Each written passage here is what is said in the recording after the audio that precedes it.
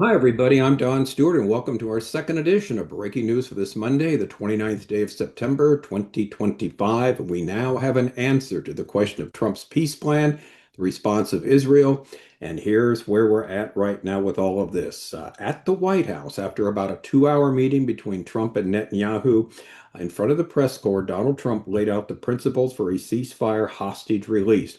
Now, here's the key. They are not the same points as originally reported. Israel's input changed much of the deal, and Netanyahu then publicly agreed to the plan. They did not take questions from the press corps. Now, basically, here's what it's all about. The revised plan was not nearly the same as what had been reported. This was at Israel's insistence. Instead, the new plan demanded everything Israel had been asking for. Namely, Israel accepts this revised deal, which includes Hamas returns all hostages in 72 hours. Upon this happening, Israel will release a certain number of Palestinian prisoners, and Hamas will agree to demilitarize. They will lay down all their weapons. They will leave Gaza and be granted safe passage to other countries. Hamas cannot be involved in any future rule in Gaza. Instead, a combination of neutral Arab leaders and others led by President Trump will work towards the reconstruction of Gaza and the governing of Gaza. The people will not have to leave Gaza during this time, and there will be no leadership from the Palestinian Authority unless until it totally reforms.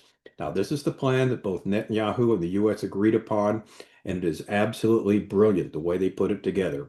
Now, Hamas will likely respond in one of three ways. One, give us some time to think about it, where they do their usual stalling.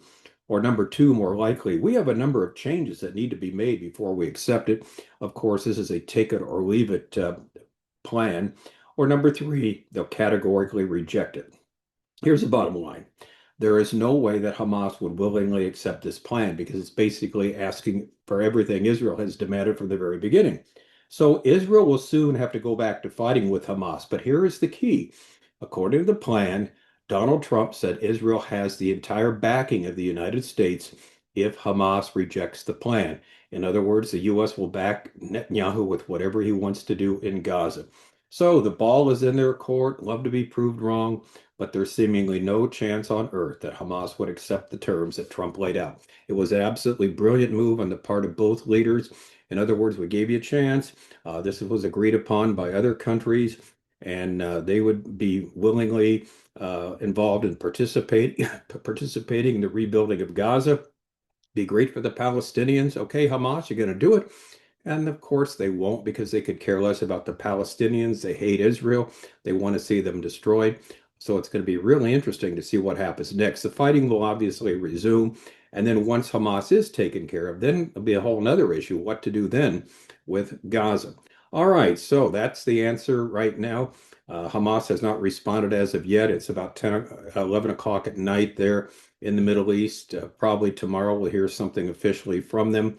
But until then, it's very interesting how this all worked out. It was a very smart move. Like I said, brilliant move from Netanyahu and Trump, basically giving a plan, not the original one they laid out, but the one that Israel would like to see.